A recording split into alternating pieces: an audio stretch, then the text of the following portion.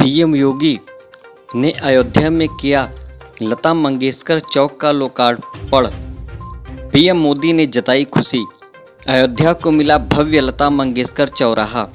40 feet लंबी और 14 ton वजनी है वीणा। सीएम योगी आदित्यनाथ ने लता मंगेशकर चौक का उद्घाटन कर दिया। 28 सितंबर को भारत रत्न लता मंगेशकर का जन्मदिन भी है। इस दौरान नरेंद्र मोदी का वीडियो संदेश सुनाया गया, जिसमें मोदी ने कहा कि लता जी मां सरस्वती की साधका थी। उन्होंने कहा राम मंदिर बनने से लता दीदी खुश थी। साथ ही मोदी ने कहा मनुष्य कर्म से बड़ा बनता है। लता मंगेशकर चौक के प्लेटफार्म पर 40 फीट लंबी और 14 टन वजनी बीड़ा को स्थापित किया गया है। चौक के बीच में चारों तरफ 92 कमल की आकृति के पत्थर के फूल भी लगाए गए हैं।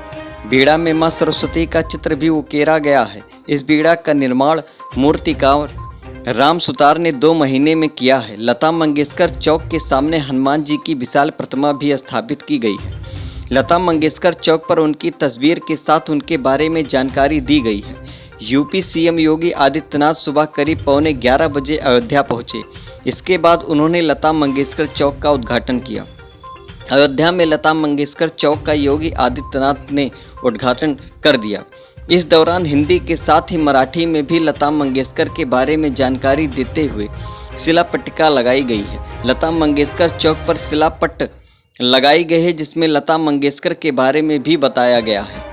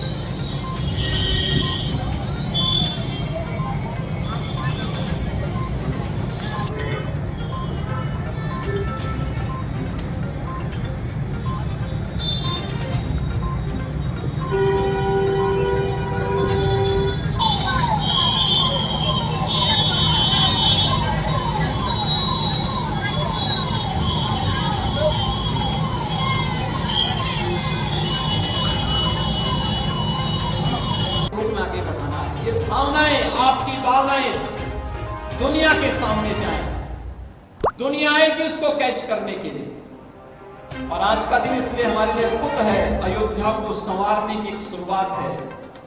आदरणीय प्रधानमंत्री जी ने प्रेरणा दी कि भगवान राम के सबसे अधिक भजन किसने गाए, अपनी सुमधुर आवाज में किसने गाए, तो नाम आया लता जी का, लता दीदी का नाम आया। और लता दीदी की स्मृति में पहला चौक भव्य स्मारक के रूप में भगवान राम के भव्य मंदिर की ओर जाने वाले मुख्य चौराहे का पहला कार्यक्रम इस रूप में, जहां पर कोई भी आएगा लता दीदी की सुमधुर आवाज में भगवान राम के भव्य भजनों को सुनकर के, दिव्य भजनों को सुनकर के वो आलोकित होगा और अंतःकरण से प्रफुल्लित होकर के भगवान राम के प्रति उनके मन में स्वतःस्फूर्त श्रद्धा का भाव जागृत होता हुआ दिखाई देगा। और भाइयों बहनों, अयोध्या के आते ही इस प्रकार का एक दर्शन अयोध्या के बारे में उसके मन में एक नई छाप लेकर के जाएगा।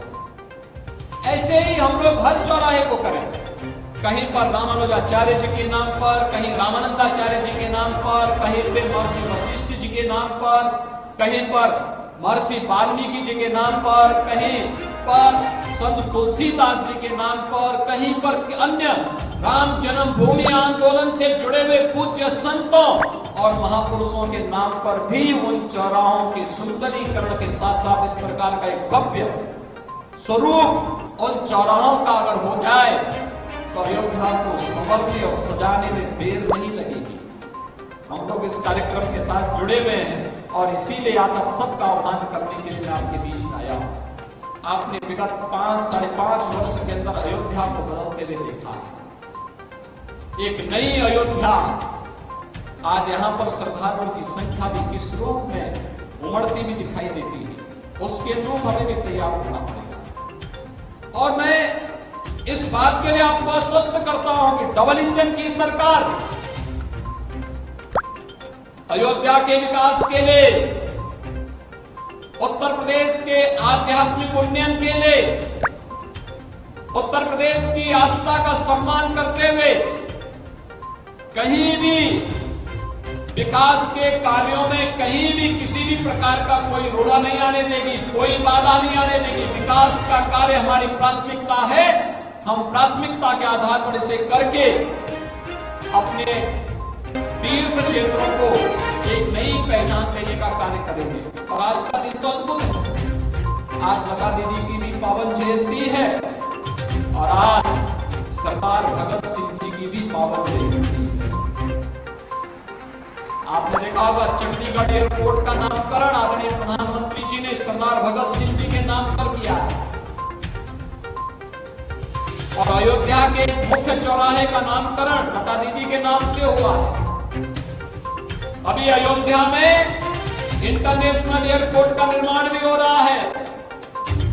अब देश और दुनिया की, कभी कहते हैं ना भगवान राम लंका से अयोध्या पुष्पक विमान पर आए थे, अब हम कह सकते हैं हर बार दीपोत्सव के कार्यक्रम में हम भगवान राम को यहाँ पर राज्य सरकार के हेलीकॉप्टर से पुष्पक विमान के प्रतिनिधि के रूप में हमको यहाँ पर ला करके यहाँ पर अभिषेक के कार्यक्रम को संपन्न करते रहे हैं।